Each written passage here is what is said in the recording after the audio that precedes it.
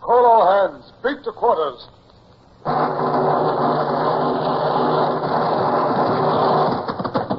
Now out the guns. Stand by the starboard battery. One broadside into it, if you please, Captain Bush. Pointers on target. Linstocks ready. Aye, aye, sir. Ready. Fire!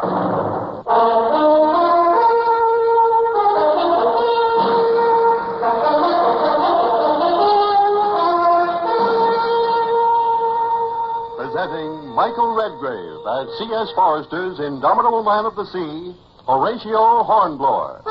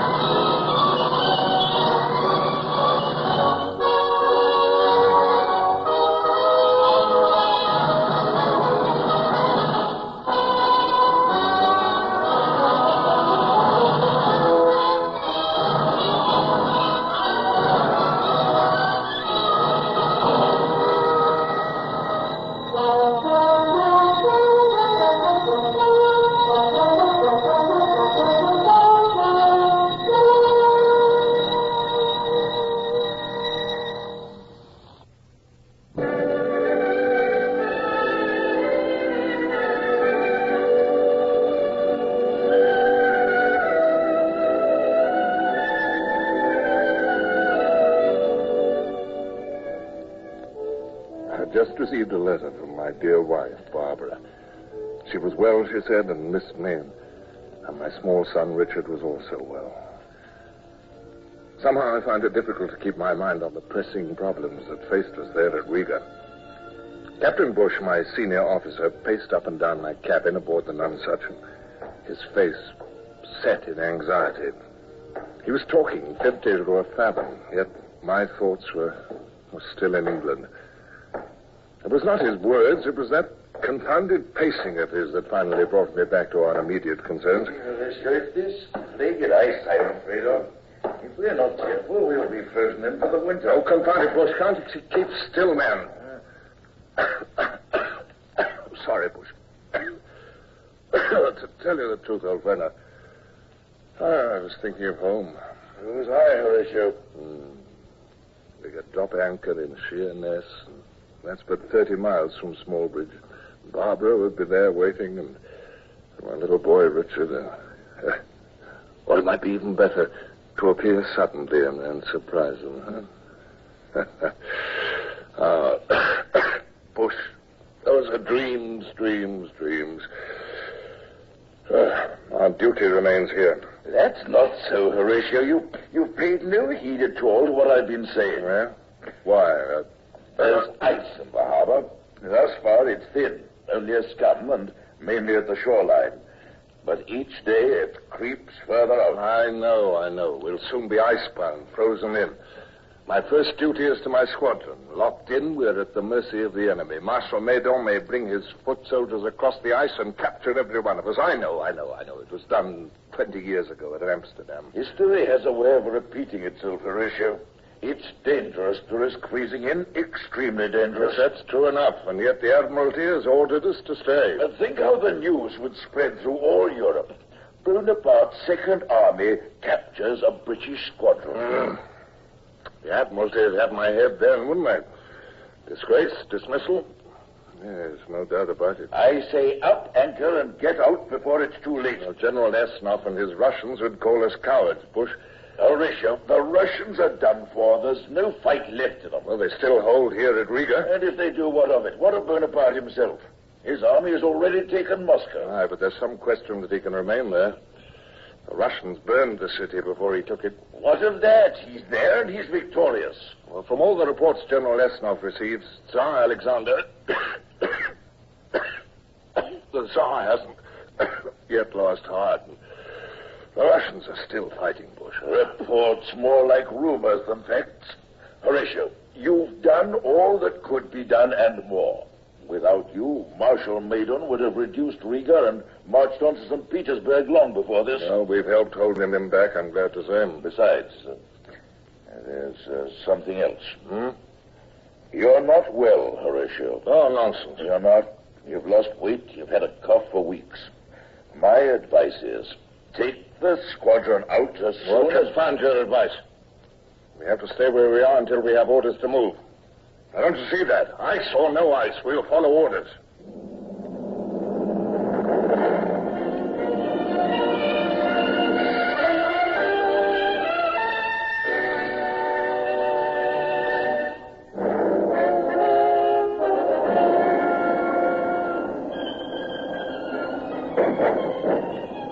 The bombardment was extremely heavy. Brown had managed to find me a horse. And as I joined General Esnauf and Colonel von Clausewitz near the Russians' defense works, it was all I could do to keep the beast in hand. The uproar made him rear and snort, and the saddle heaved harder under me than any ship's deck in a hurricane. I strove to keep my voice calm and unruffled. Well, it appears you may be right, General Esnauf. The enemy is massing troops in their front line. Yes, I can see. Many troops, Commodore. The French have brought up reinforcements. To judge from their colors, I think they have been joined by some Spanish and Portuguese battalions. Is that not a company of Bavarians, Trudeau? It is. Your eyes are sharp, von Clausewitz. And look beyond, if you will forgive me. A regiment of your own countrymen, the Prussians, standard. I see that. Yes. A shame that Prussians must fight for Bonaparte. They have been forced to fight for him. They are not willing allies. Beg pardon, sir. The bombardment seems to have stopped. Yes. So I noticed, Brown. The general assault. It is the assault. The enemy is advancing all along the line. Come, Esnauf. There's no time to be lost. We must rally the troops before it is too late.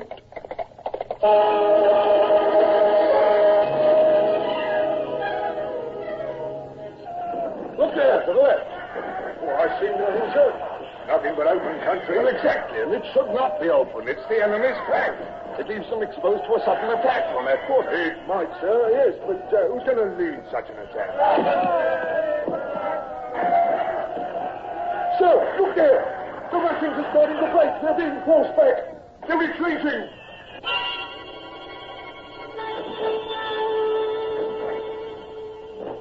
At any moment, the retreat might become a rout. Close by me, near the ruins of what had once been a village church, stood a motley collection of Russian troops not yet engaged in the battle. They were all sorts, artillerymen, supply troops, and a few foot soldiers, all bewildered and leaderless. I found myself beside them, shouting at them, gesticulating to make them understand. I pointed towards the flank of the attack, and they came after me. We fell upon the enemy there and took them completely by surprise.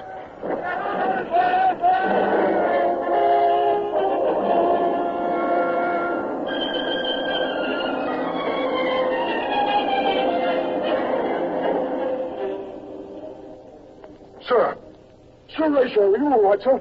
Here, let me help you. Oh, confounded Brown. Of course I'm all right. Simply because I had a horse shot under me. No reason to... Are you certain you're all right, sir? Yes, I'm quite, thank you. Well, it's all over, eh? They're beaten off. Aye, sir. Gone back to their own lines with their toes between their legs. It was that flank attack that did it, sir. By the time I'd set myself to rights, General Esnauf had galloped up with Colonel von Clausewitz. Here we are. Do you see them, Commodore?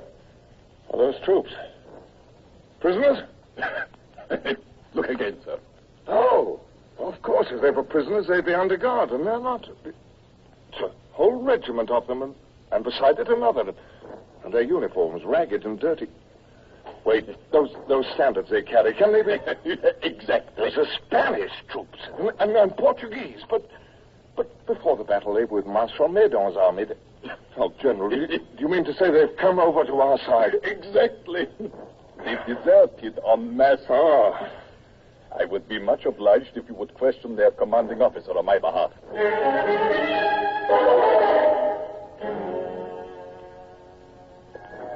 I'm much obliged to you, Conde de los Altos. What you tell us about Bonaparte's main army is of great interest. Hunger and disease, eh?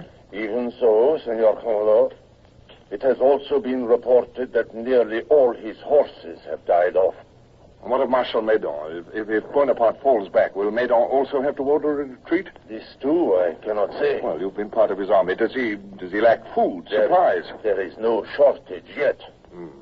His troops are cold, and there is some disease, but... I see. In the lap of the gods, eh?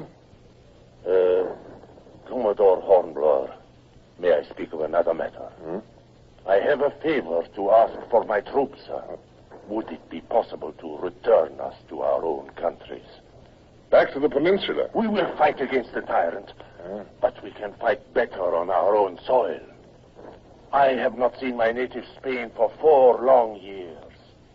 If we could go by sea, if you could provide shipping for us. Yes, it will be arranged. It might have a great moral effect on other allies of the tyrant. Gracias, Commodore.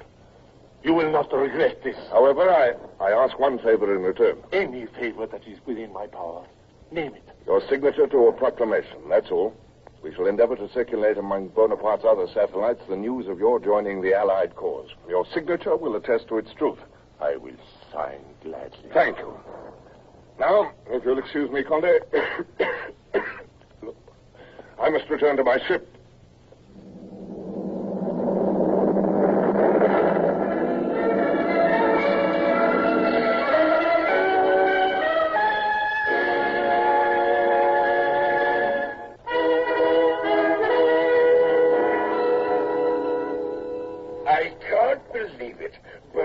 Retreating from Moscow? It is true. True, I tell you. He left Moscow 5 days ago. We beat him at Maloyaroslavets. The news just came. He's running as hard as he can for Smolensk and Warsaw. He may never get there. No, they're dying by thousands every night. Nothing to eat. Winter. Only beaten. That means we can get out of this bay before the ice, by heaven. Not yet, Captain Bush. Why not? What about the enemy here? Marshal Meudon is still standing firm. He'll have to retreat. Well, there can be no sign of it, otherwise General Esnop would have mentioned it. I would most certainly have mentioned it. Still, it is possible. Commodore, I am arranging to send out a sally, a small attack to test the enemy lines at dusk. Will you join us? Oh, most certainly. Sir, you can't. You're worn out. Nonsense, Bush. I'm as fit as a fiddle. Well, if you say so, but you'll wear warm clothes, won't you? And take Brown along? Oh, anything to keep you happy. You're like a hen with one chick, Bush.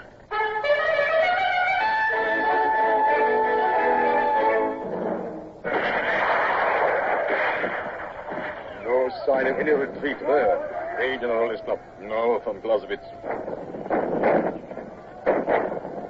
Here come their cannon. They seem to have plenty of ammunition to waste. It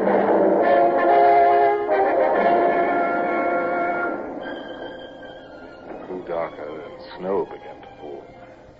The campfires of the enemy glowed as yellow as before, and the flashes of their cannon remained regular as clockwork. I stood watching and listening.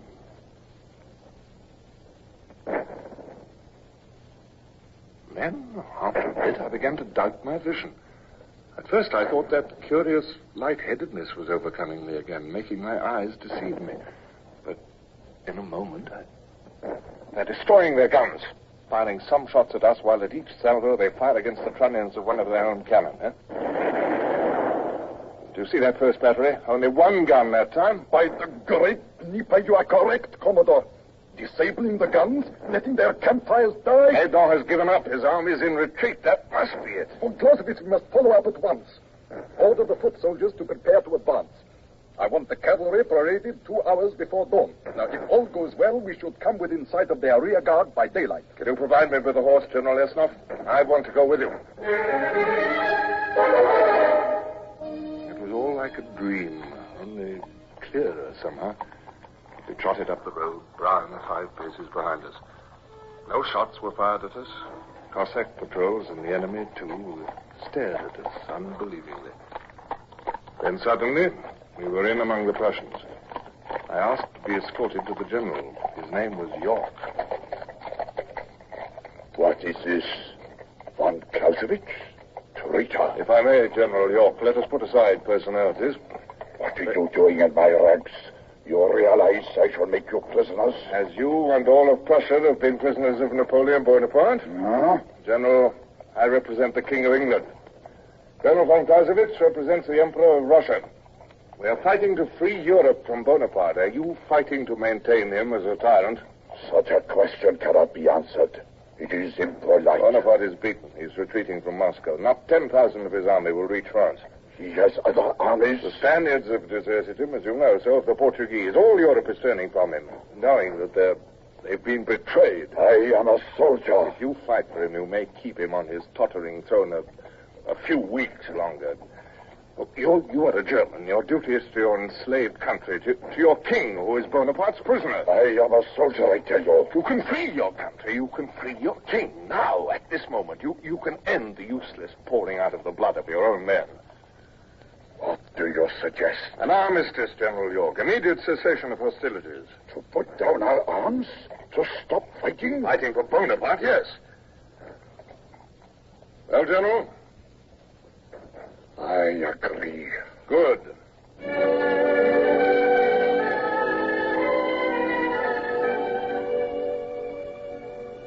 Brown caught me as I slumped forward from the saddle, and that scene of snow and desolation faded. I seemed to drift for hours, for days. I was in a bed.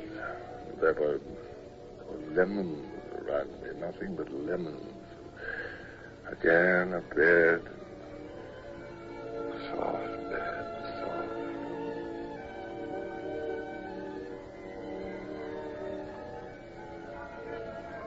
Church bells. Brown? I'm here, sir. And I also, Horatio. Thank heaven. Church bells, boys. We're ashore then, huh? Yes, Horatio. Oh, those bells must mean peace. They don't ring that much in wartime, do they? It's peace. Oh. I've been ill, haven't I? You have. With the plague for a month. Huh? Unconscious most of the time. A month? Impossible. I never thought you'd pull through, sir. You were that fever-stricken. Where's the squadron, Captain Bush? I've gone back to England, all except the Nonsuch. I put Duncan in command. Yes. We've been ordered to stand by here until you're ready for the trip. The doctor says you should be up and about in another 3 weeks.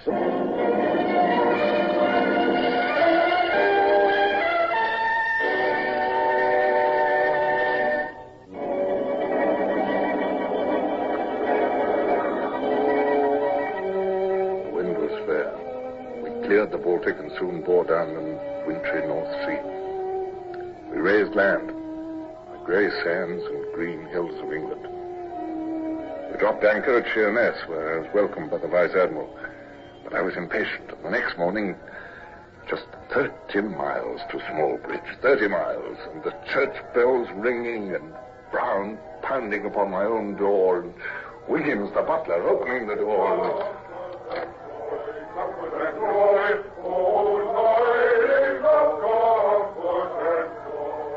Comfort and joy. By heavens, Brown, it's Christmas.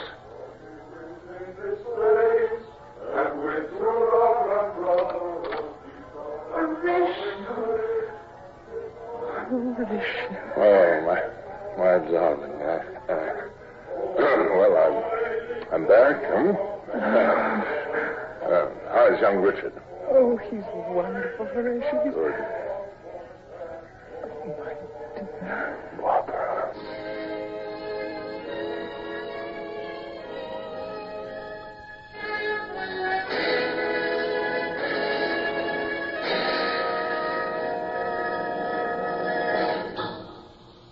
Horatio Hornblower, starring Michael Redgrave, is based on the novels by C.S. Forrester. Music composed and conducted by Sidney Torch. Produced by Harry Allen Towers.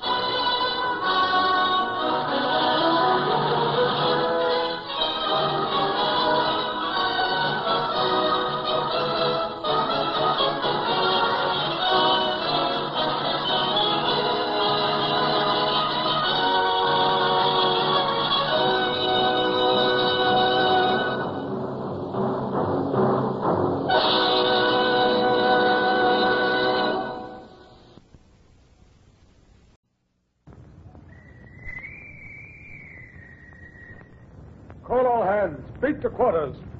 Run out the gun. Stand by the starboard battery. One broadside into it, if you please, Captain Bush. Pointers on target. Linstops ready. Aye, aye, sir. Ready. Fire!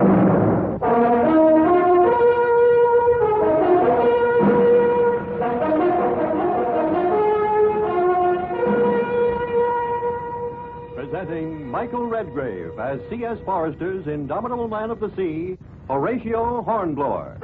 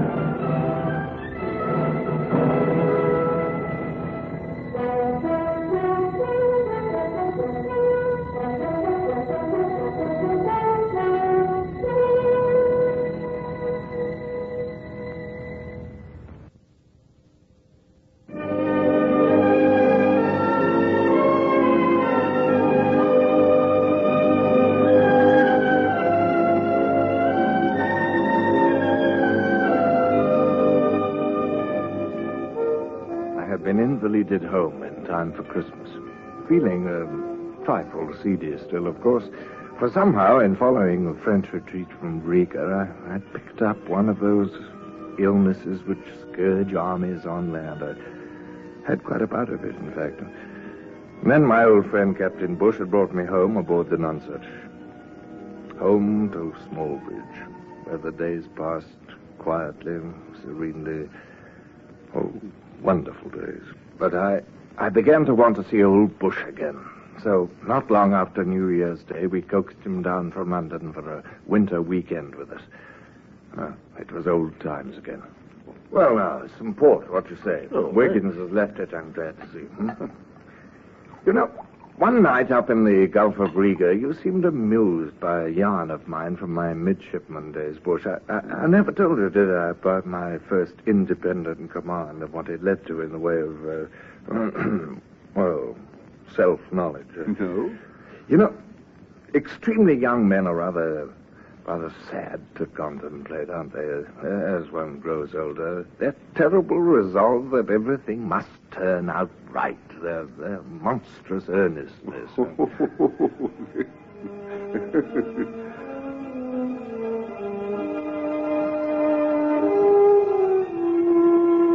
I hadn't been so long aboard the Indefatigable under Captain Purlieu.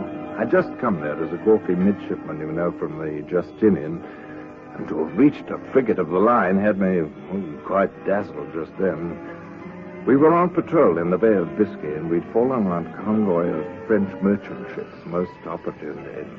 The French men of war, which should have been escorting them to Brest, were otherwise engaged that day, for our own fleet had attacked them miles further out in the Atlantic. And as the unescorted merchantmen fled towards home, filled with the food revolutionary France needed so desperately, Captain Purlieu set out to capture as many as he could, snatching the prizes one by one.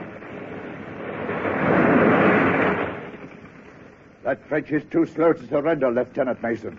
Give her a shot across her bows from the 9 pounders. Aye, aye, sir. Naughty to her hull, confound it, Mason. I didn't mean that, man. Only meant cripple her. Aye, aye, sir. That last one was dangerously near our waterline. Godlayers, change point of aim. Far into our rigging. Ready? Fire! Another one, sir? No, wait. Isn't our flag coming down?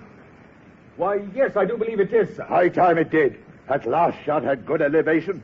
Ruined the slings of that fore topsail yard. Even the sail is down. All right, all right. Let's heave to, close beside her. Have a broadside ready, Mason, in case she tries some trick. Give him his speaking trumpet.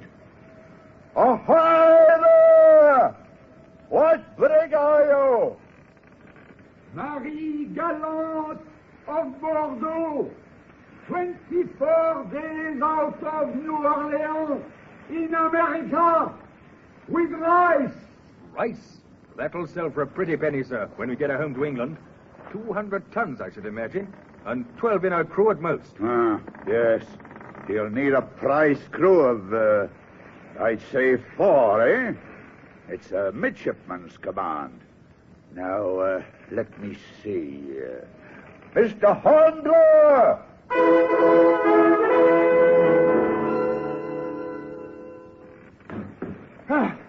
Yeah, wait. Don't want to go all the way overside, do you? Or are you trying to knock us all breathless, huh? I'm so sorry. Oh, never mind. I'm only joking. You're a featherweight. Why, it's young Hornblower. I thought the old man was sending down an officer. I suppose I was all that was left. Healthy, easiest to spare at this point, Mr. Ross. Pull for the French brig, man. All right, sir. Think you can manage all right, Mr. Hornblower? Yes, sir. That French crew's likely to be nasty. I feel sure, sir, that I can. Yes. Your first command, I suppose. Well, yes. Still, it is a command in a way, isn't it?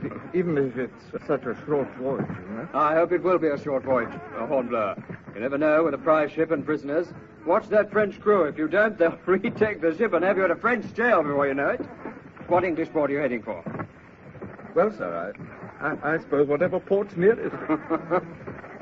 We both gazed up at the French brig as a cutter drew alongside. Struck by our fire, her fore topsail yard dangled precariously, and the jib halyard had slacked way off. The sail was flapping loudly in the wind.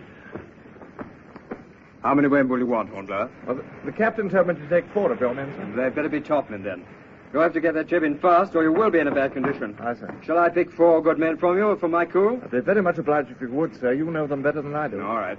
Matthews? Aye, sir. Carson? Aye, sir. Hunter? Aye, sir. Smith? Aye, sir. You're detailed to man this brig under command of Mr. Hornblower. Keep them away from drinking, they'll be all right. Well, here you are then, Mr. Hornblower. Watch out when you spring up those main chains. Lots of white water in between the 2 vessels, you'll notice. Here, Matthews, give Mr. Hornblower a hand there. On his other side. Wait for it, sir. Get ready. Now, jump, sir.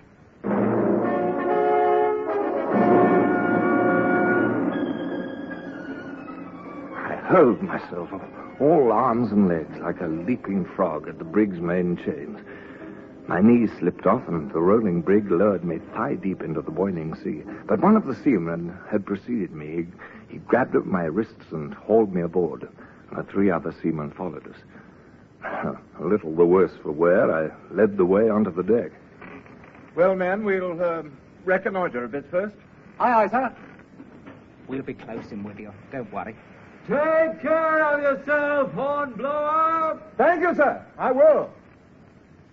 I don't see many signs of life aboard, I must say, Matthew. Men aft, sir. A little knot of them around that hatch cover, see? Oh, yes. Hand on my dirk, I advanced slowly aft. Suddenly, something was raised towards the sky above the heads of the crouching men. I halted and looked again. It was an up-tilted wine bottle. They'd broken open the wine stores, were cheating their captors of them, at least, in as prompt and practical a way as possible. I couldn't really say I blamed them much. They've made the best of their time, sir. That's apparent. One of the group, his white hair blowing in the wind, rose to meet us. His lips seemed to be shaping some pronouncement of importance, searching earnestly for the right words to use. To the devil with the English! As happy as he is, sir. Put that bottle down. Do you hear, Frenchman?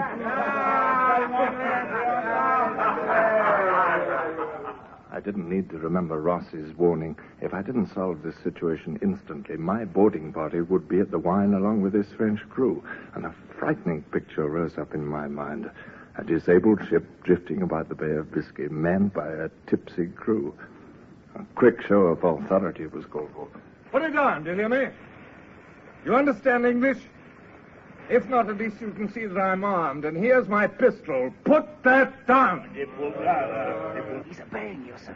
Good for you, sir. Take these men forward, Matthews. You and 2 others. Lock them up somewhere below. Aye, aye, sir.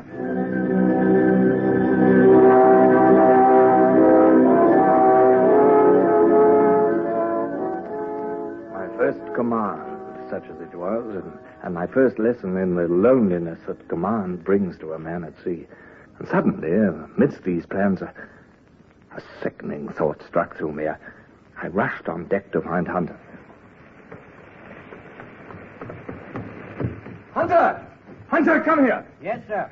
Hunter. What is it, sir? Look, it occurred to me. Nothing's been done to see if the brig is taking in any water. You know, one of those shots we fired at her may have hulled her below the waterline. That's so, sir. We'd better sound the well.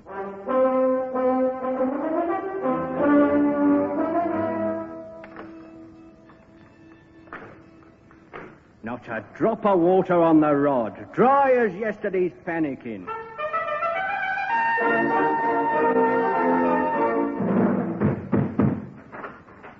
We can't keep the course you set much longer, sir, and the wind's coming up very gusty-like. Oh, very good. Well, I'll be up, Hunter. Call all hands at once. Aye, aye, sir. I disguised my inner feelings as best I could, but it was soon apparent with the wind northerly we'd have to go about. All hands wear ship! With but 4 men to handle topsails and close haul the brig on the starboard tack, the task took all that was left of the night. By the time we'd brought her safely round, all hope of an easy 2 days' run had vanished. True, we were heading away from the dangerous shores of France, but we were also heading away from the friendly shores of England. That French captain's been yelping his head off, sir. Insists he's got to talk to you. Important. Release him, Hunter. Bring him up to me.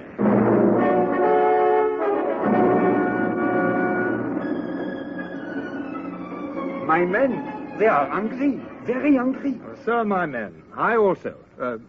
Moi aussi. I have a cook. Good. Well, perhaps we can arrange a truce then, Captain. If your men are allowed on deck, your cook, to provide food for all of us, will you agree to make no attempt to take the ship from us? Of that we shall talk later, sir. There is another concern of more importance at this moment. Well? She rides a little heavily. Do you not think, sir? Heavily? Well, yes, perhaps, but... Perhaps she leaks. Oh, no. Oh, there's no water in her. We've tested the well. Tested the well? But, mon Dieu, you would find none in the well. Do you not know our cargo? Du riz, monsieur, du riz. What? We are carrying a cargo of rice. Cargo of rice? Why, yes, I recall now, but after all... Rice from New Orleans. No leak would be apparent in the well. No. Rice would absorb every drop of water in the hold. Yes, but... One shot from your cursed frigate struck us in the hull. Oh. Did you not know? Yes, well... Hunter! Hunter, that shot hit her after all. Where, sir? Well, I don't know yet. Must be somewhere on the port side forward, though. We'll have a look. You and Matthews put a bowline round me and lower it away. We're heeling on this tack, and I'll have a good view of the side. The swaying of the brig, the sea closed over my head. But there it was, below the waterline, a splintered, jagged hole.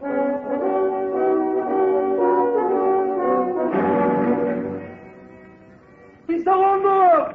Mr. Hornblower, I call your notice to the deck seam forward there. What? It is opening. What?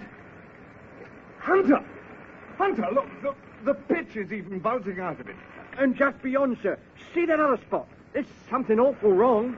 Pitch coming in ridges from the deck seam. Mon Dieu, I have just thought. The rice. The rice cargo.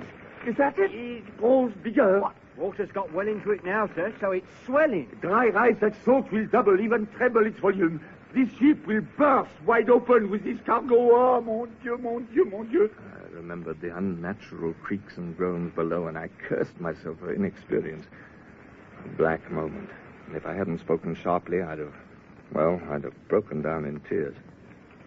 Sooner we get that sailor over that hole, the better then. Hurry those Frenchmen up, Hunter. Don't simply stand there staring. Aye, sir. I said the ship was riding heavily. She is lower in the water already. Be silent, sir. One crisis after another. I have to think. Hurry with that sail. Do you hear me, man? Sir, I don't like the look of it. Straight I don't. She's settling down and opening up below as well as on deck.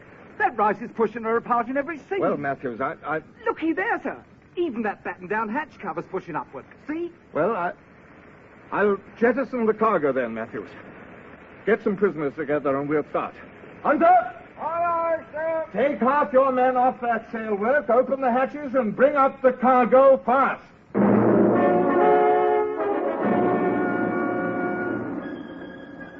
They all worked with a will, even the prisoners. And as they lifted off the hatch covers, brown forms shot out abruptly, rice bags forced upwards by the pressure of others below. Bag by bag, the rice was hauled up from the hold and cast overboard. Sometimes the bags split, spewing rice in every direction. It was fantastic. And finally, the lower bags, wetter and more swollen, jammed the hatchway. Even the tackles won't sway them up now. Is that it, Hunter? Afraid so, sir. Oh. But we've relieved her quite a bit, I will say, sir. And the sail's ready. Good. Keep the rice party working to see if they can get rid of more cargo. Our lines row through the grommets of the sail. Oh, yes, sir. And a good 5 square feet of sail is followed. Oh. Put your other men to that, then, and work the sail under the hull and drag it after the hull. Aye, sir. Begging your pardon, sir, what are you doing? Well, I'm undressing. I want to see it properly in place. And this time I'll go over without any clothes on, Hunter. Get a bowline ready for me. Call those men.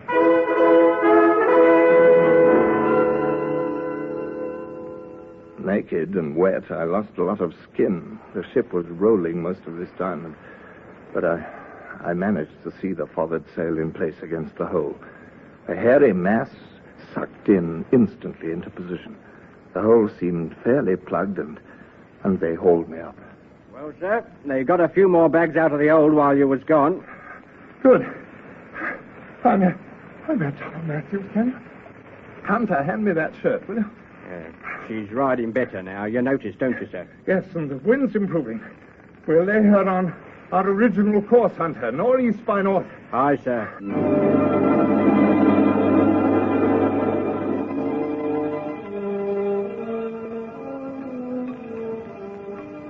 Well, Bush, another glass of port? Thank you, Horatio, but go on, please. Well, I was limp with lack of sleep, with cold and exhaustion and accumulated burdens. And I'd started with the highest of resolves, and now badly dampened. But at least I'd learned some lessons in that 24-hour span, and for the moment, all seemed well enough with ship and men. And as we plowed heavily along, I even felt a tiny glow of pride, unearned or not. I squared my shoulders and I took my stand there on the poop, straddling with my hands behind my back. I was still in command of my ship, Bush, such as she was. And despite the grinning fates and all my worries, she was heading home to England on a course I'd actually laid off myself.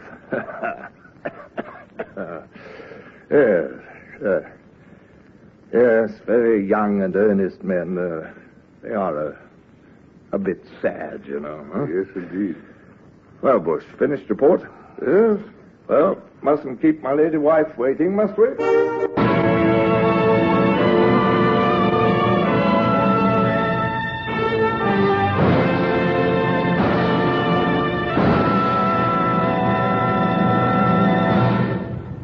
Horatio Hornblower, starring Michael Redgrave, is based on the novels of C.S. Forrester.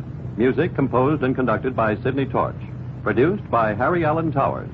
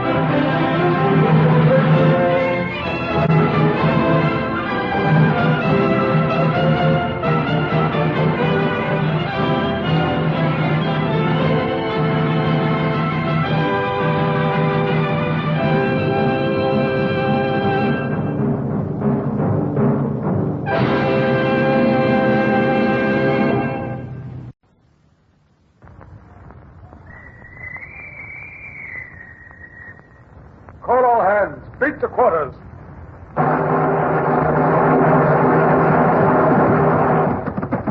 Man out the guns. better. One broadside into her, if you please, Captain Bush. Pointers on target. Linstock ready. Aye, sir. Ready. Fire!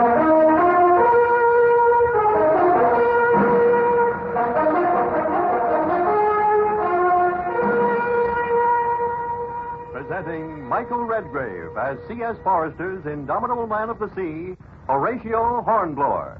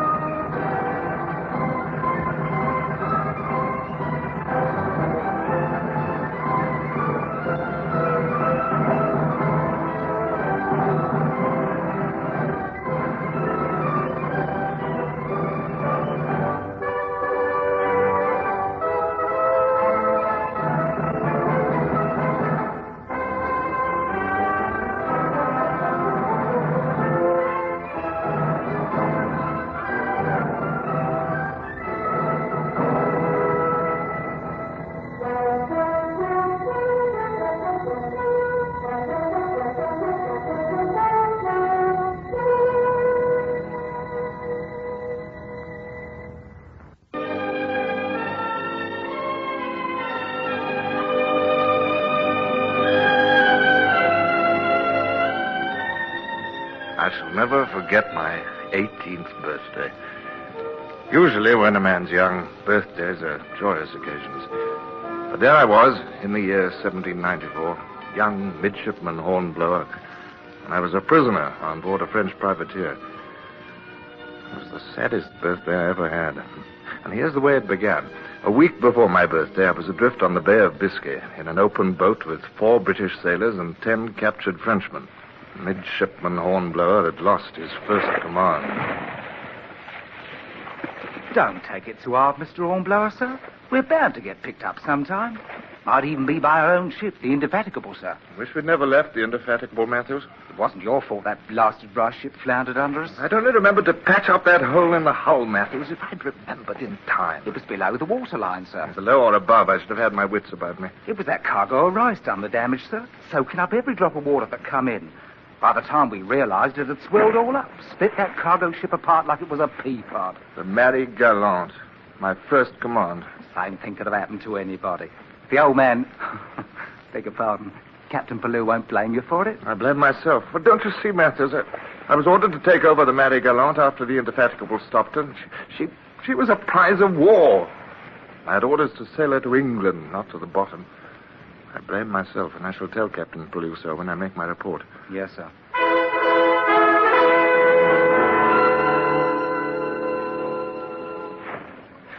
Mr. Hornblower, sir. What? It's come. The wind's backing. Yes, I noticed, Matthews. We'd better take in the sea anchor and hoist sail, sir. Well, if it holds, we may manage to clear Ushant and set a true course for England. Hunter! Aye, sir. Hunter! Aye, sir. Haul in that sea anchor. Aye, sir. Hunter, call our prisoners to attention. You're still rated my petty officer, you know. Hi, you up there, Father. You monsieurs. Wake up on your feet.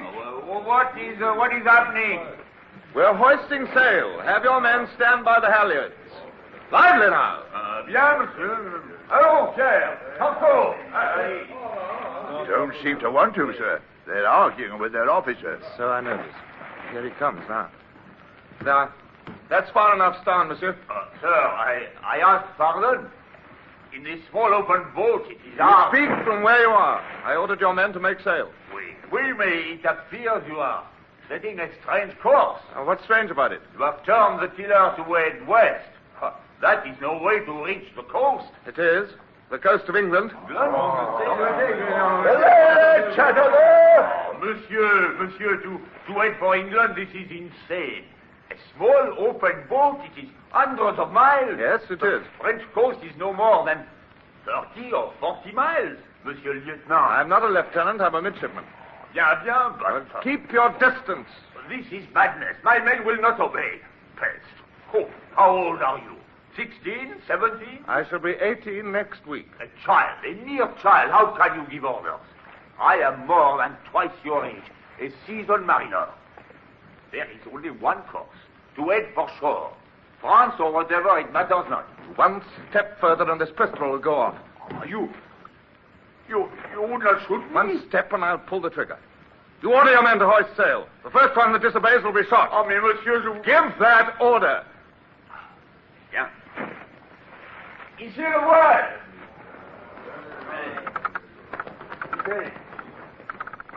Well, that's that. Aye, Mr. Hornblower, sir. A proper ferocious you looked with that pistol. Mind if I make one suggestion, sir? Suggestion what? Next time, you better cock the pistol, sir. What? Way it is now, it wouldn't even fire.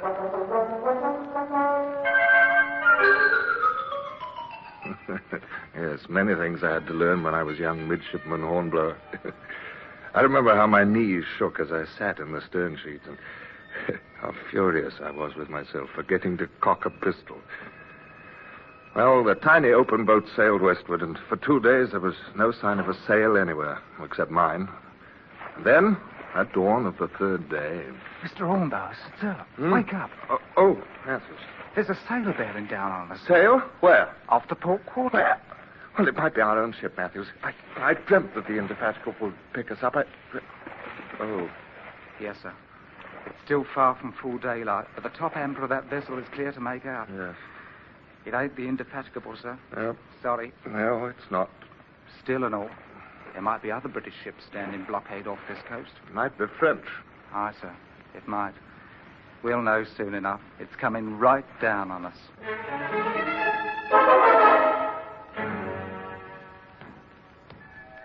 Welcome aboard, sir, to the French privateer Pique. I am Captain Neuville, and you? I am Midshipman Hornblower of His Britannic Majesty's ship Indefatigable. You were in an open boat? We captured a prize. I was put aboard in command. It sank. Regrettable. Now the tables are turned, eh? The crew of your prize are free. It is you who are prisoners. No. Your pistols, please. And that dirk. I shall show you to your quarters. Will you come?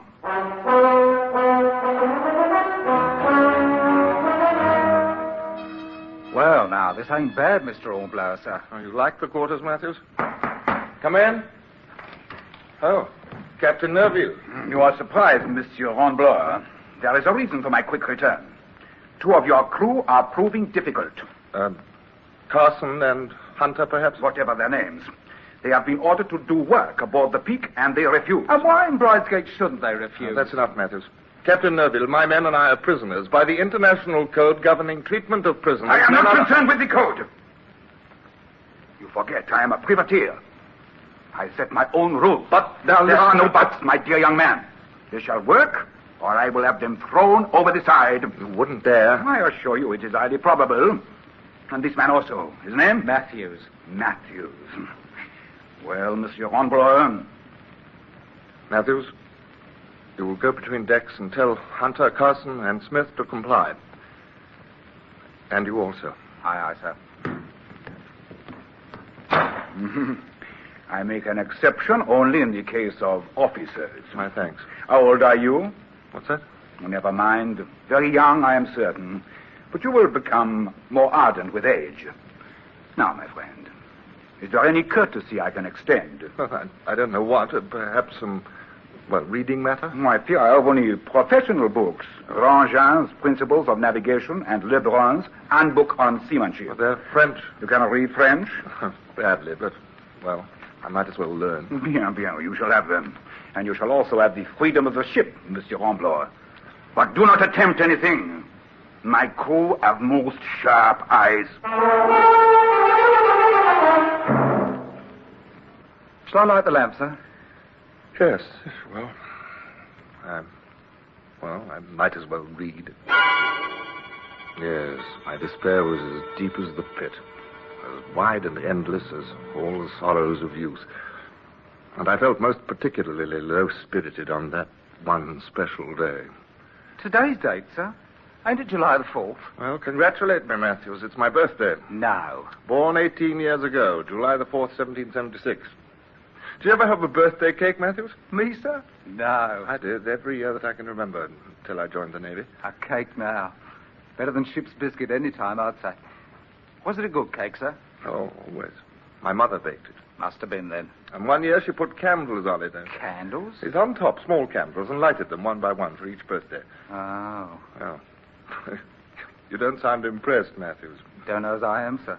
Who can enjoy a cake with candle drippings all over it? No, you blew them all out before they dripped it. It was good luck, Matthews. Lighted candles meant good luck.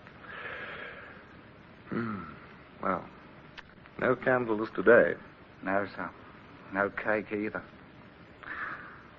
Mr. Hornblower, it's awful stuffy cooped up in this cabin. Why don't you spend some time on deck? I will, Matthews. Tomorrow.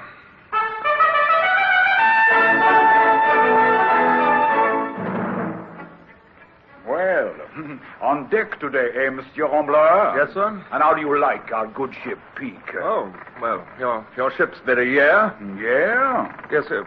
It means she handles well, Captain. Oh, so she does, Monsieur Hornblower, extremely well. Fast and light. And there is none better before the wind. Now make yourself at liberty. Ahoy! Ahoy there, look out! Any sail? No sail! Morning, Matthews. Morning, sir. No, keep on working. Aboard this vessel, you take orders from them. Aye. Holystone the deck and pick oakum. Well, you had the same duties aboard the Indefatigable. Aye, and used to swear about them. I wouldn't swear now, even though our ship's got twice the deck this has. Well, at least you're kept busy.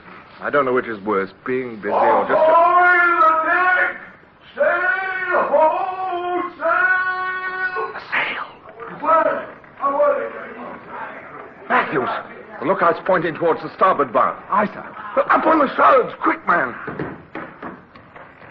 Well, Matthews! Well, speak up, man. Is it British? It's heading this way. It's the Indefatigable, sir. What? Or I'm a blind man. I'd swear it's the Indefatigable.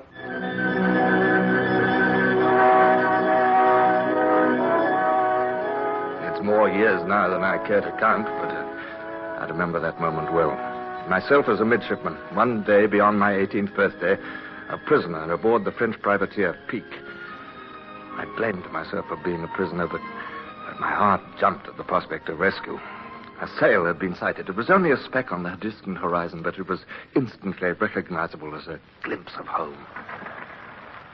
The Indefatigable!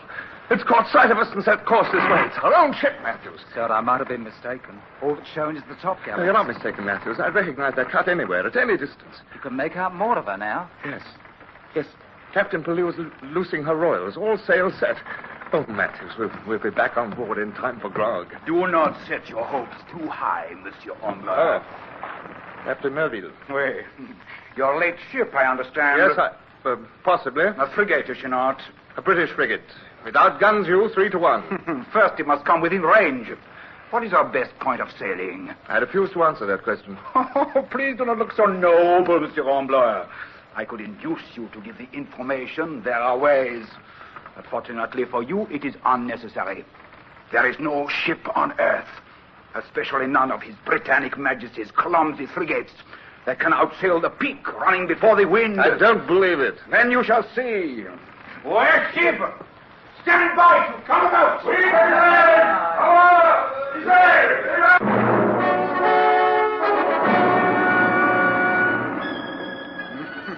Well, you see, Monsieur Hornblower. Yes. Already your Indefatigable is falling far astern. Yes, I can see. Yes, 2 more hours and we shall have run our mastheads under. It's very likely. For certain.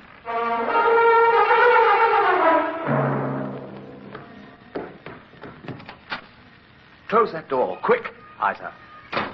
Fetch those mattresses off the cots. The mattresses? Aye, sir.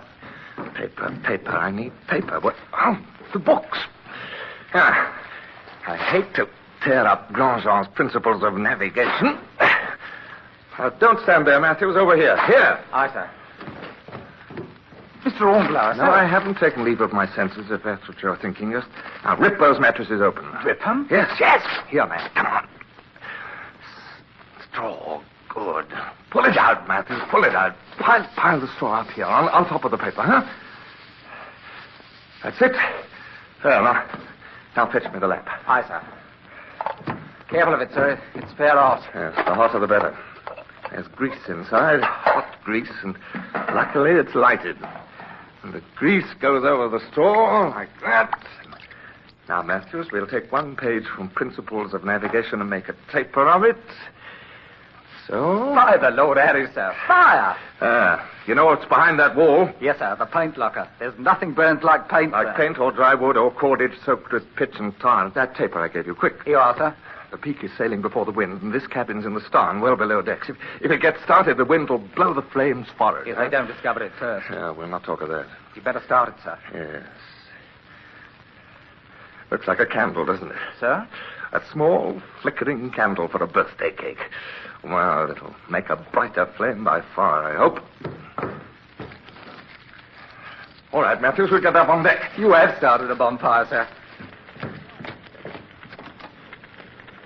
No. Leave the door open and stay behind us. Might help them to spot the fire, sir. Well, can't have a fire without a decent draft, and either way it's a gamble. Now, come on, up on deck now. And do your best to act as if nothing were amiss.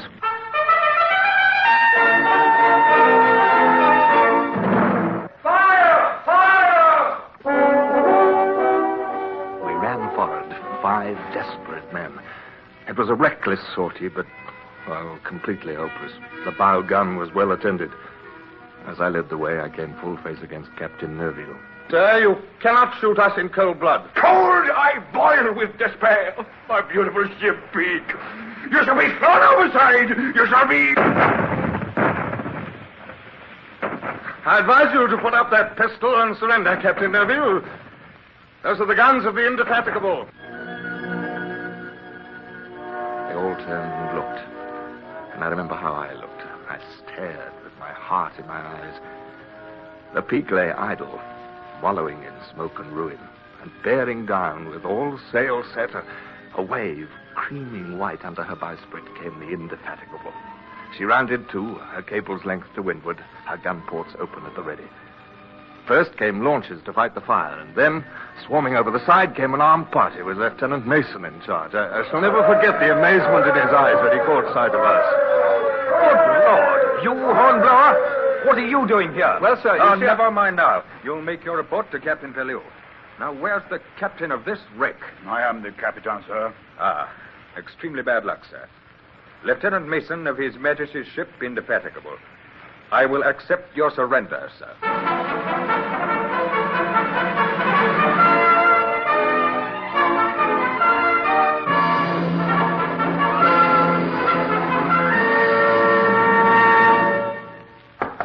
Come in. Midshipman Hornblower reporting to Captain Pellew. I called you in for some further questions. Hornblower, it's not entirely clear. What, sir? You devote most of your report to the Reich ship. The Mary Gallant. Yes. You appear to blame yourself for losing her. It was my fault, sir. I will assess responsibility. You mean I'm not to blame, sir? I believe I have already so stated. Go along.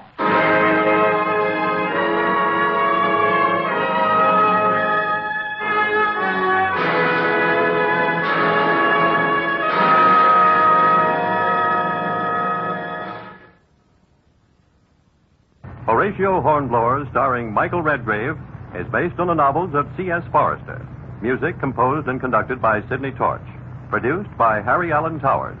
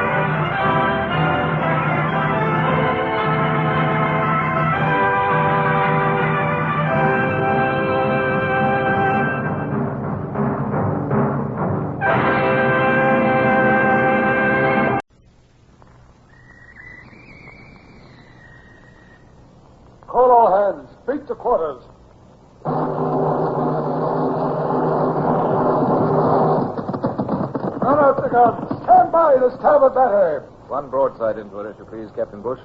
Pointers on target. Linstocks ready. Aye, aye, sir. Ready. Fire!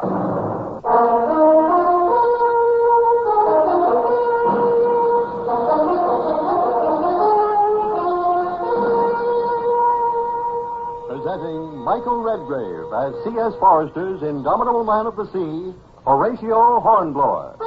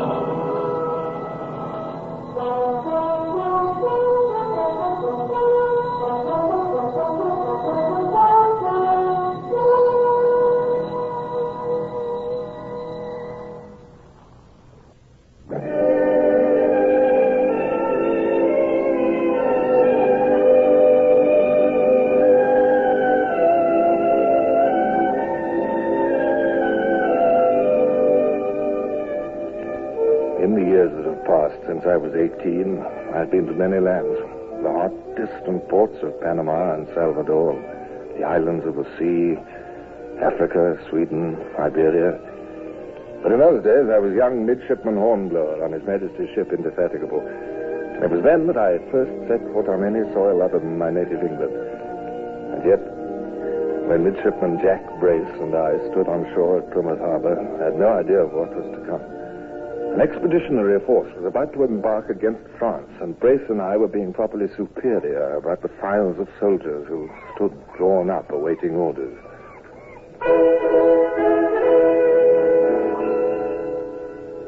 I remember how we nodded gravely to each other, Jack Brace and I, but even while we did, Lieutenant Mason turned and called to me. I crossed the quay and reported with no idea of what might be in store. Sir? Hornblower, there's a special duty for you. Sir? This is Lord Edrington, Major commanding His Britannic Majesty's 43rd Foot. And this is... If you don't mind, Lieutenant Mason, I'll handle this myself. You, sir. Your name's Hornblower? Yes, sir. It would be more proper if you addressed me as my lord. Aye, sir. My lord? Hornblower. Peculiar name, Hornblower. Family name? My lord, the name Hornblower... No, don't get your back up. If it's your name, and you're saddled with it. Make the best of all things, eh? Lieutenant Mason here tells me you speak French. Well, a little, sir. A little, eh? If it's enough. Don't speak a word of it myself. Leave that to the French themselves. Mr. Hornblower, there's a problem of communication between Lord Edrington, commanding this expedition, and the French forces. Sir? This gentleman here, allow me, the Marquis de Pouzoge, Brigadier General in the service of His Most Christian Majesty, Louis XVII. Sir, may I present to Midshipman Hornblower? Enchanté. Oh, Monsieur le Marquis. Here. Never this falderall. As long as we stand here chattering, long as it'll take us to get on our way. There's a matter of tide or some such, eh, Mason? Yes, my lord. The transport ships are standing by. We must sail on the tide, of course. Exactly. And separate transport for my battalion and the French. Reach the coast of France together, go ashore together, work together, all that sort of rubbish. Well, Mason, to the Navy's spare Midshipman Hornblower? I'm certain there will be no difficulty, my lord. Sir, you mean I'm not to remain on board the Indefatigable, sir? You speak French, Hornblower. You'll be detached. You'll go on board the transport which carries the French troops. Well, sir, yes. Don't look so startled, Mr. Hornblower. It's a great opportunity. You'll not only go on board, you'll land with them, in France. It's a cross-channel invasion, may make history. Don't you know that England wants the Bourbons back on the French throne?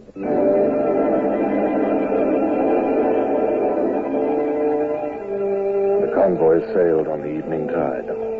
From the deck of the transport, I could see the Indefatigable leading the line. I felt very lost. But at least I preferred the French to Lord Edrington. I would never admit it, but Almost, I believed he'd make a botch of the whole expedition. We are not the only expeditionary force, monsieur. The main body will land at Quiberon. 5,000 men. Oh, well, that's a little better, sir, but I beg your pardon, monsieur. I overreached myself. No. Please to continue. Well, even 7,000 men, even 10 or 15. The French Republic has 100,000. But observe. The main army of the revolutionaries, where are they situated? They are here, in the south of France. To come north to attack our main force, by which way must they travel? All right. I see. Well, by way of this road. Precisely, the coastal road. And observe where we land, we, the small force of British and French royalists.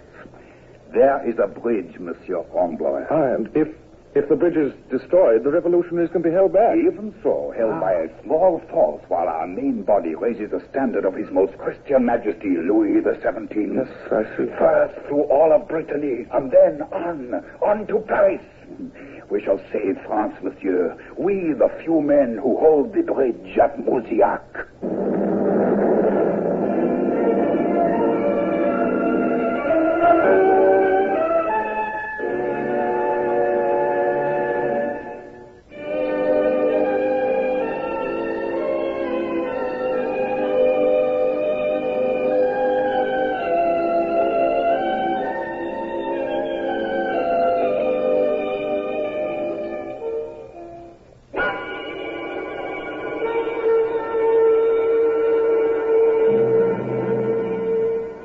Next morning, the convoy rounded Belle-Île and dropped anchor.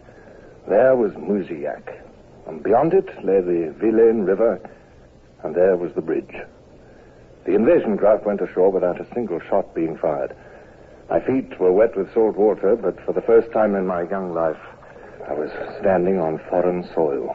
Hornblower, I want you to get yourself a horse. A horse? Yes, one of these. The French are going to set up their troops at the bridge. Yes. Blow it up and stay there. Yes. My troops, the 43rd, will be down the river half a mile. There's a ford, you see. Yes, sir. Shallow place where the enemy might try to get across. We'll have to keep both places secure, of course. Yes, but what do I do with the horse, sir? Ride it, man. You'll be with the French. But I can't say I trust them. Undisciplined troops, you know. Yes. I want you to ride back and forth and keep me informed. Well, keep your eye on them. Let me know the moment they consider any monkey tricks. Heaven knows what they'll do next. My lord, I've never been on a horse before. And it should be quite an experience. Here. What in the name of Satan is that? What, my lord? It's down the beach. What are the French unloading from those supply boats? Some sort of contraption. It's a guillotine, sir. Guillotine? Yes, my lord. They're taking it to Mouzillac and setting it up in the town square, I've heard. Use it to knock the heads off people, don't they? Yes, I must say it startled me too, my lord. But the Marquis says some of the people in Mouzillac deserve it. Does he now? The revolutionaries began it, he says, and it's only fair that the royalists should give them a taste of their own medicine. I can't say that I like it myself, sir.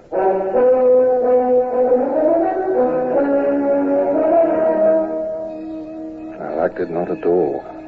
That afternoon, after the bridge was blown up and the troops disposed, the French set up their headquarters in Mouzillac, in the village inn. A guillotine, too, was set up. I was in the kitchen where a Frenchwoman was preparing food, and the window was open. What is it? It's only a drum. It comes from the village square. No, it's only a drum, mademoiselle, really. But you can see it from the window, here.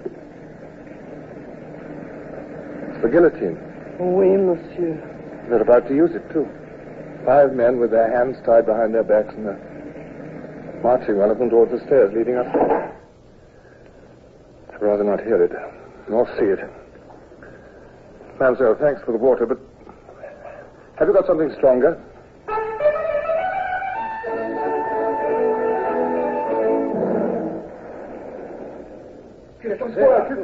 What was that? Gentlemen, quiet! Colonel, he comes from the village. Gentlemen, we must interrupt our breakfast. We must saddle up at once and join our troops. It would appear the battle has been joined.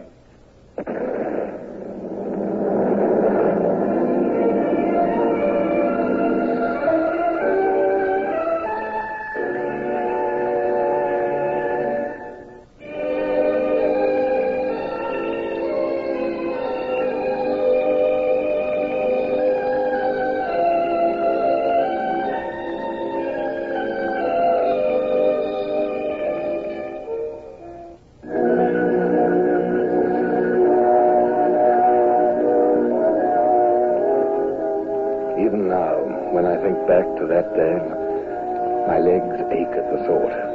The horse I rode was worse than any heaving deck. I clung to his mane and was carried back and forth between the bridge and the ford, between the so-called frogs and Lord Edrington's lobsters. At every musket shot, the animal started like a frightened stag. Suddenly so, Hornblower. Did you know aught about a horse? No, no. You saw him on the reins as if they were tiller ropes. I wish to heaven they were, sir. Get down, man. Get down before you have me chanced to death. Yes, Lord. That's better. To my mind, a sailor on horseback is more dangerous than a regiment of raw recruits. Well, what news from our friends, the Frenchmen, eh? There's very little happening, sir. No attack of any size? A few attempts, my lord. Made by less than a single company of the enemy. Beaten off, of course. Oh, several shots from our cannon scattered them like pigeons, my lord. The Marquis said they're a rabble army. The cannon fire was accurate? Oh, sir. The cannon are manned by British seamen. Midshipman Jack Brace directed the fire, I know. Oh, yes, of course. Your own cannon brought ashore, of course. Well, it's a comfort to have one's own countrymen directing fire instead of those raw recruits of Pouzage. How well are they holding up, Hornblower? Well, there's no sign of panic among them, sir. I should hope not. Opposed by only half a company. Odd, Hornblower. Extremely odd. What's odd, my lord? But there aren't more of them. You've had no trouble here either, sir? The company of the enemy, no more. No attempt to cross the ford in force. I thought they were burning powder unnecessarily, sir. They're not fools, Hornblower. At any rate, there's no harm in assuming they're not. Hornblower, do the French have any rear guard out towards Quiberon? Towards Quiberon, sir? Blasted, can't you hear a plain question? Is there or is there not a rear guard, Hornblower? Yes, but that's behind us, to the north. There can't be any... a rear guard, my lord? Well, I don't know, frankly. Then find out, Hornblower. Find out at once. Aye, sir.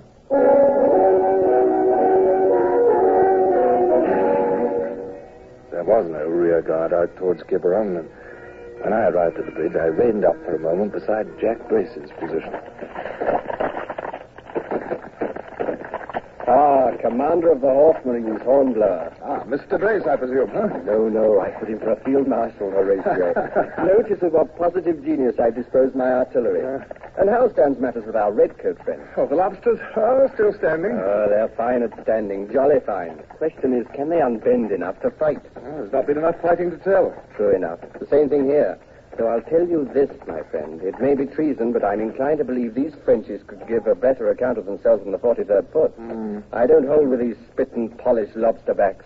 One attack and they'd cave in, I'm sure of it. Edrington's worried about an attack on our rear. Is he now? I told the Marquis about it. Pouzage, what did he say? Oh, he just shrugged. Answer enough, eh? One gesture from a Frenchman tells more than 1,000 words. Ask me, Lord Edrington's that silly fool. No, I'm not quite so sure of that, eh? Clear as a bony nose on his face. Rear guard. How can the enemy possibly attack from the rear? Now look here, Hornblower. Here we are up on a good high hill. Gives elevation. Excellent spot for cannon. Here we are, I say. We can see the entire country behind us. If there's any sign of Hornblower, what are you staring at? I don't believe it. I simply can't believe it. Dust. It's just a cloud of dust. It's the enemy. In force behind us. Brace, they're ready to attack us from the rear.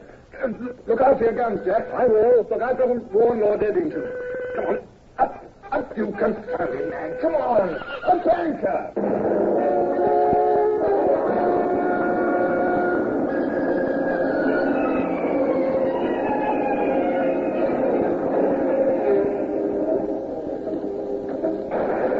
The enemy, my lord. The enemy, they're coming. I expected nothing else. From the direction of Quiberon, I didn't believe it was possible. In war, all things are possible. Clever of them, I must say. A diversionary action in front of us, and meanwhile... Yes, but our main forces of Quiberon, sir. It was, Hornblower. Must have been overwhelmed somehow. How's the Marquis' force holding out? Oh, it looked bad, sir. Panic? Oh, they seemed badly disorganized when I left them. No training, no discipline. I expect they'll run like rabbits. Oh, no, sir, they won't. What's to stop them? Undisciplined troops, no time for training, sudden attack from an unexpected quarter. They're brave soldiers, sir. I've observed that. What's bravery got to do with it? Discipline, Hornblower. That's the requirement. Discipline. What did I tell you? Here they come, running like rabbits. We shall have to cover their retreat. Retreat, sir? Of course, men, to the shore. Back to your ships. But we shall never make it, sir. We'll be overwhelmed. I think not.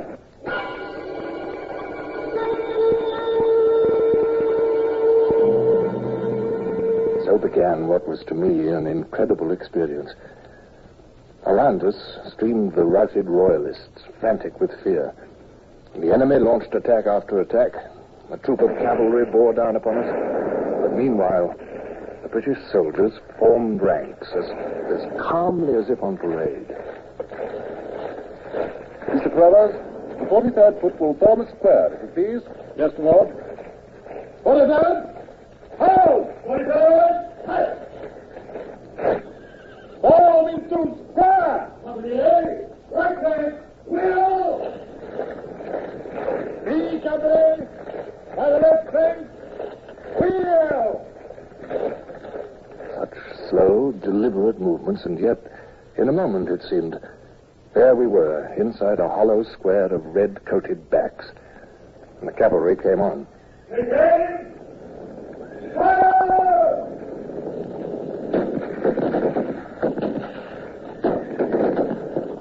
Very good. Stopped them for the time being, eh? Mr. Carruthers, the 43rd will resume columns and advance.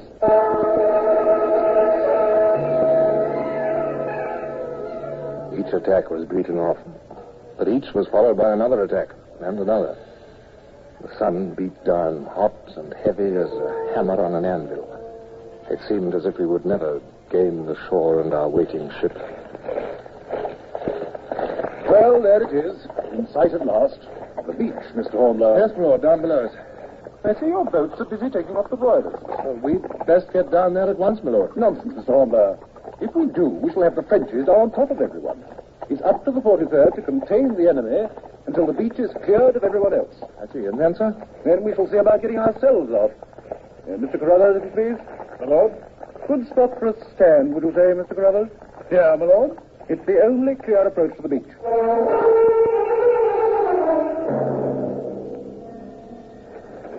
And stand they did. The enemy attacked wave after wave until only to break and shatter on the firm lines of the 43rd. Men went down. The ranks closed up and stayed closed. Behind us on the beach, the evacuation proceeded. Finally, the last of the royalists was taken off in our ship's boats.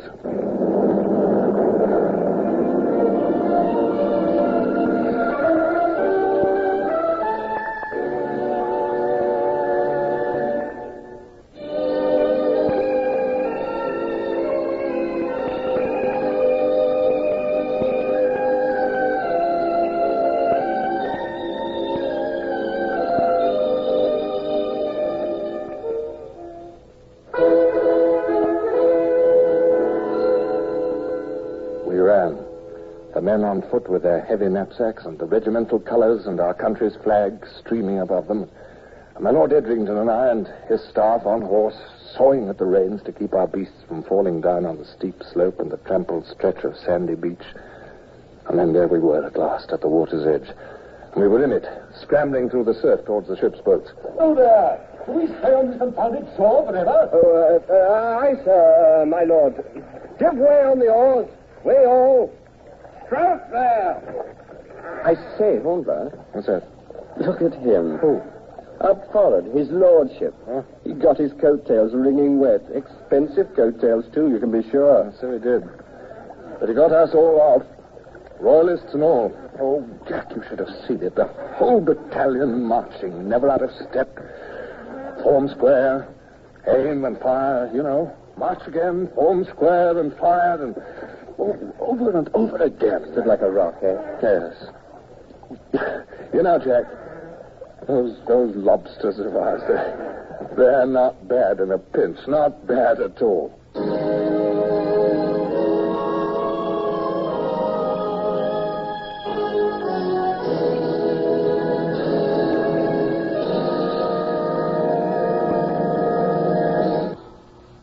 Horatio Hornblower, starring Michael Redgrave, is based on the novels by C.S. Forrester.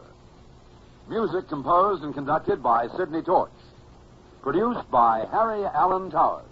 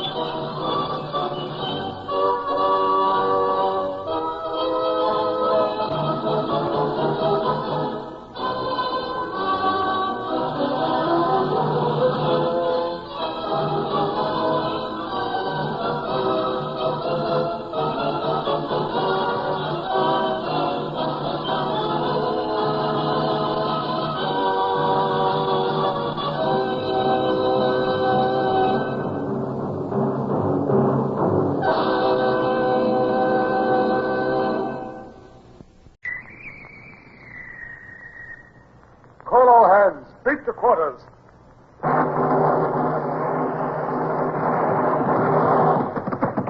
Unload the guns. Stand by the starboard battery. One broadside into her, if you please, Captain Bush. Pointers on target. Linstops ready. Aye, aye, sir. Ready. Fire!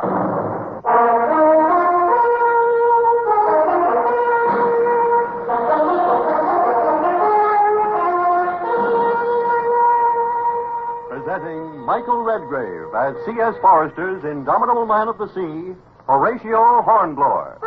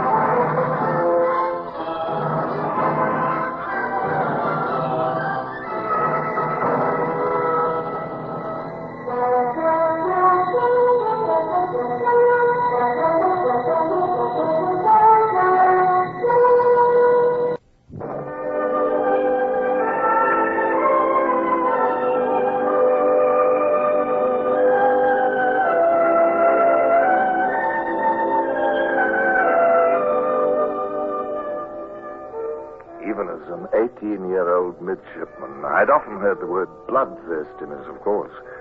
I'd read of the blind hatred that was said to seize on fighting men in crises.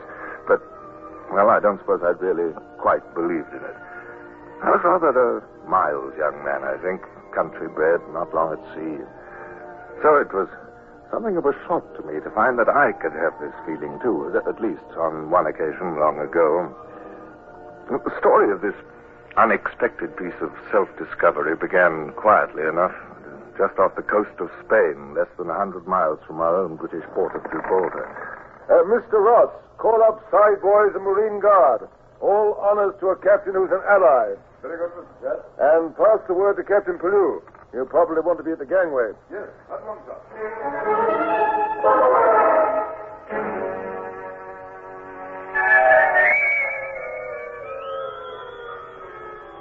Mr. Hornblower, make the Spanish captain welcome. To speak French. Ask you to come below for a glass of wine. Well, Captain Pellew, sir, I've only got school friends, sir. I know, but I can only read the stuff. Some of it. Well, I'll try, sir. Monsieur le Capitaine, voulez-vous descendre au cabin de notre capitaine? Il désire que vous buvez du vin et... Merci, non, monsieur. Je désire qu'il lui serve lettre. Ce maintenant. Immediatement. Merci. He says, sir, he prefers you read the contents of this envelope at once, sir, without delay. Very good.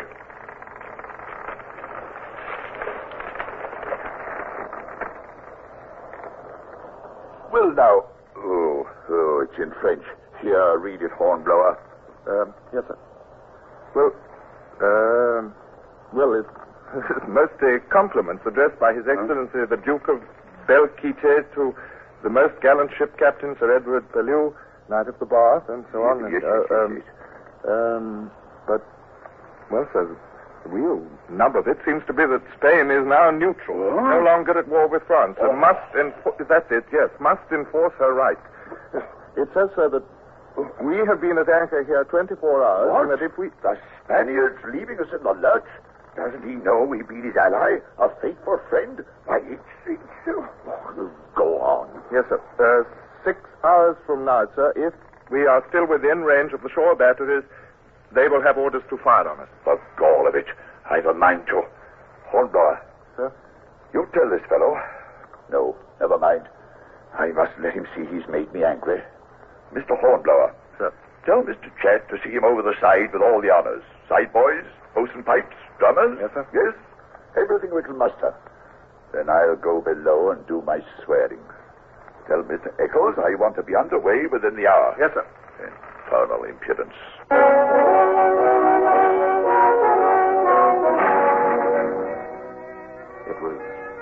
Well, it was almost funny. I poured out complimentary farewells to the best of my ability, and while I was doing it, the two captains stiffly exchanged bows at every phrase, hats across stomachs and so on. But Captain Pellew was as good as his word, or even better. The cable was hove short in less than an hour, and as we slowly got underway, I stood in the waist with Mr. Wales, our carpenter, looking across at the distant white town, which would soon fade. Two long, sharp prows had emerged from the inner bay and were pointing towards the Indefatigable.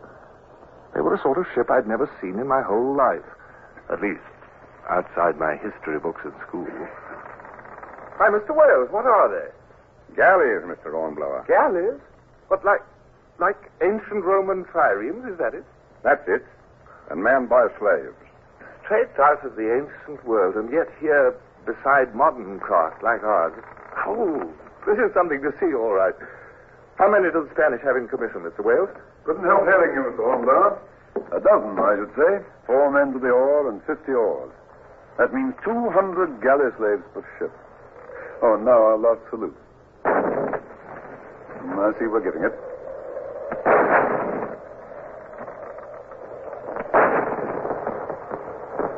They're replying from the port of Cadiz. Yes, a bit ironic, these courtesy salutes. Hornblower, I'll wager the next time we hear those guns from shore, they'll be firing the real thing.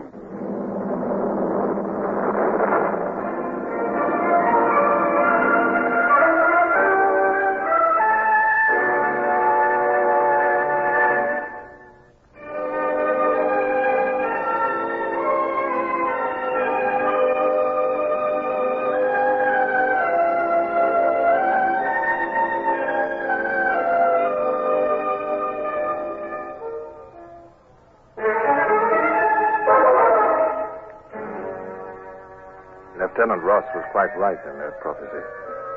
The tide of war was turning against England. Nation after nation was retiring from the contest against the tyrant Bonaparte. And in the weeks that followed, it looked as if we would soon stand almost alone against the world. I do not like the look of it, Mr. Chadd.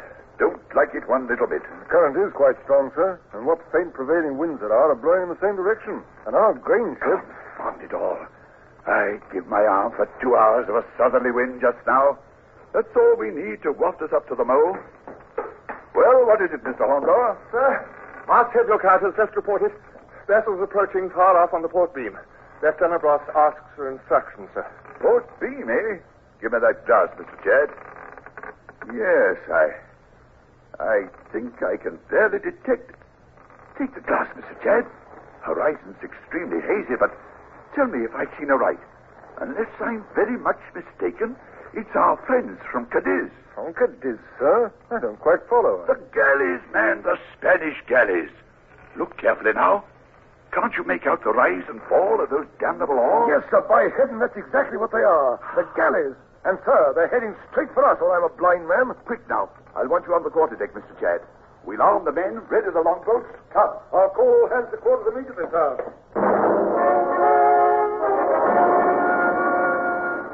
Apparently, the galley's intention was to fall upon the merchant ships lying farthest behind in the convoy. 3 grain ships lay within half a mile of us and might be covered by our gunfire, but the others could expect no such protection.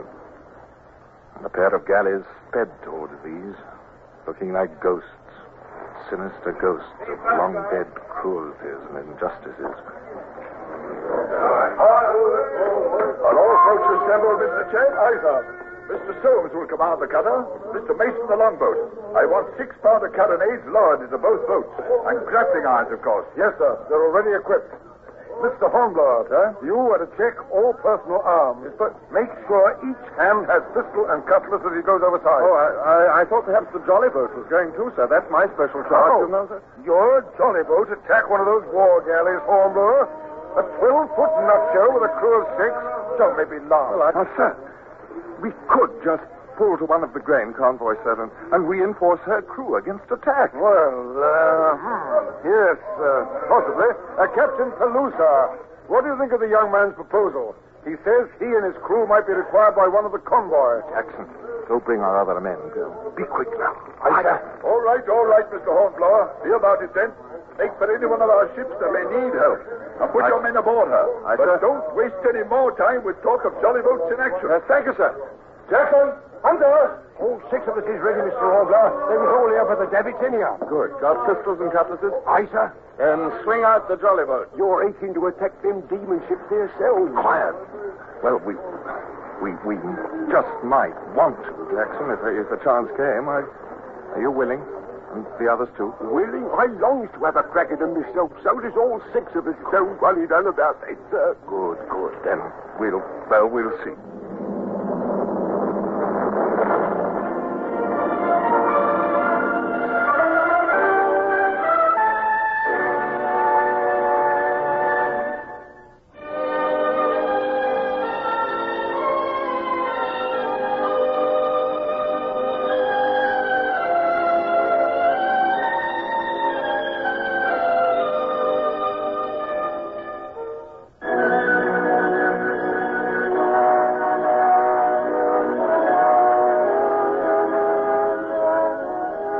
Quite true, as Jackson had said. Every man of the 6 in my crew was glaring in hostility at the 2 war galleys as we pulled away from the Indefatigable.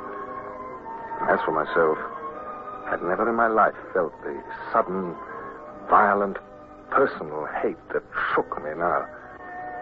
The longboat and the cutter, both much larger than our little craft, had a good start on us and made fast headway. We lagged behind, and I found myself clutching the tiller and leaning forward in my eagerness to be at grips somehow with this weird enemy. Just look at them galleys oar blades fly. The way they come sweeping down is something. Why, sir, there'd hardly be time now to board a grain ship if you wanted to. I think you're right. I'm going to pull the tiller over. We'll follow the cutter, for better or for worse. Sir? Well, Hunter? I can see Mr. Soames in the cutter. Give an order, sir. She's pointing her 6-pounder at the galleys.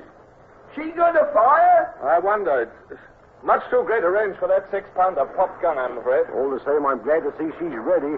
Sir, look there. What is it? There's the other galley. Big as life.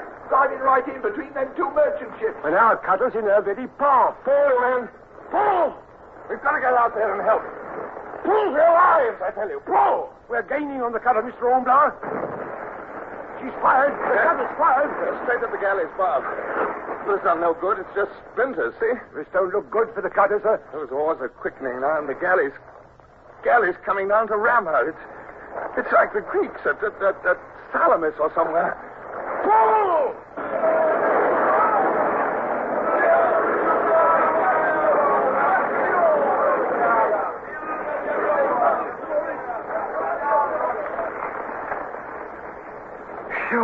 That was close. We just missed our own cutter, sir. And now we're past her. Should we turn about and... She's going to ram the cutter.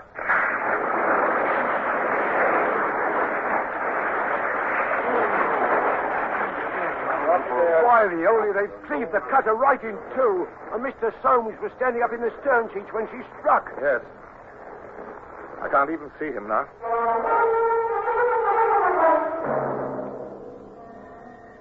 It was a chilling sight. One moment before, Lieutenant Soames looking straight at the death which cleaved towards him through the blue water. And now, no trace of him or half his men. A few men clung to the severed cutter's stern parts.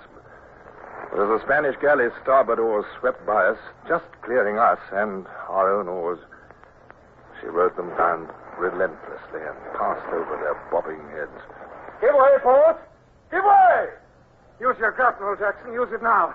We're going aboard that devil ship. Jackson yelled an oath in reply and hurled our grappling hook on its long line. It caught in the florid gilt rail of the galley's quarter just before she swept out of our reach. I was wild with rage and horror now. Somehow we must avenge that cutter's crew. Our own men had been slaughtered by this ghost out of the past.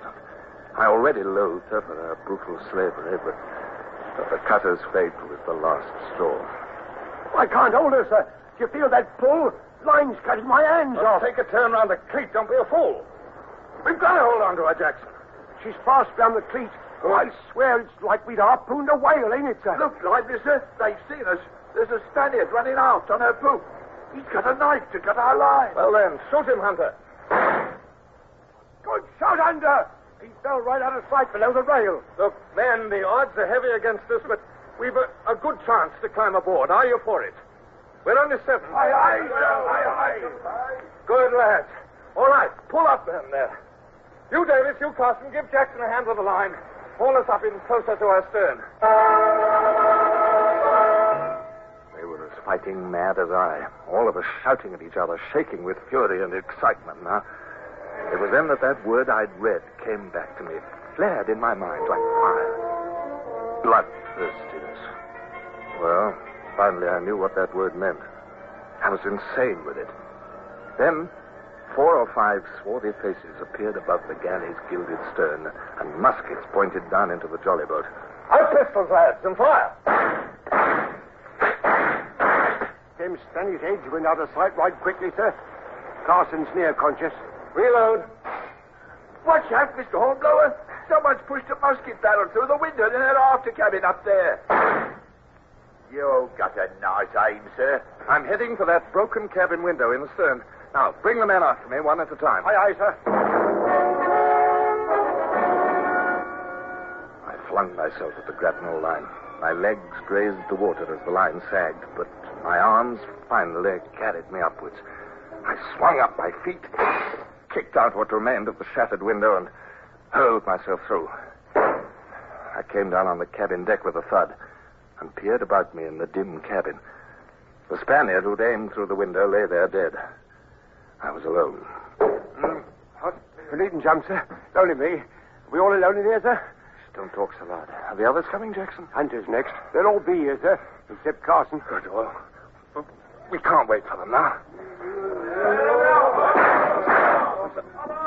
But, sir, hear that commotion up above. Look, now, speed's the important thing, Jackson. Now, come along. Here's the cabin door. Find the officers first, Jackson. Got your cutlass ready? Aye, aye, sir. Good. Look, there's 2 big guns up forward, yes, and 3 or 4 men on the forecastle. Yes, but there'll be more on the poop just above us.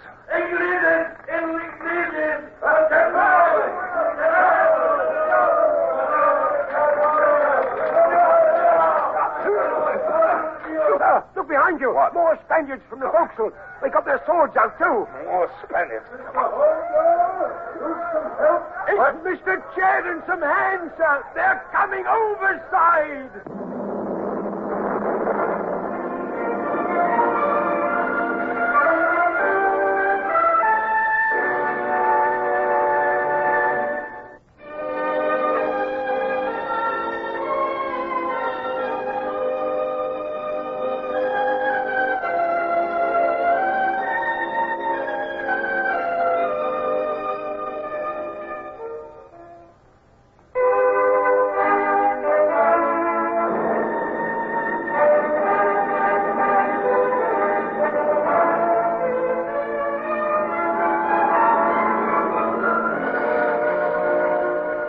I'm very sorry that by inadvertence we didn't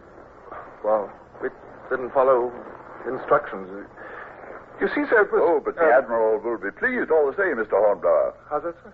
And now that we've lost poor Mr. Soames in that accident with the cutter, I rather think you shall need another watchkeeping officer. I have it in mind to give you an order as acting lieutenant, young man. Acting lieutenant, sir? But, sir, I just lost my head, I think. I boarded the galley in a kind of fit of, I don't know, insanity, perhaps. It might be well if more young officers lost their heads in that way, then. But, sir, I hardly... I wouldn't like to make false pretenses, sir. Now I'm honored for it. I'm almost ashamed of that blind rage now, sir. I must be honest, I am. Never question the lucky things that happen to you, Mr. Hornblower. You'll learn more moderation in good time, unfortunately. Well, thank you, sir.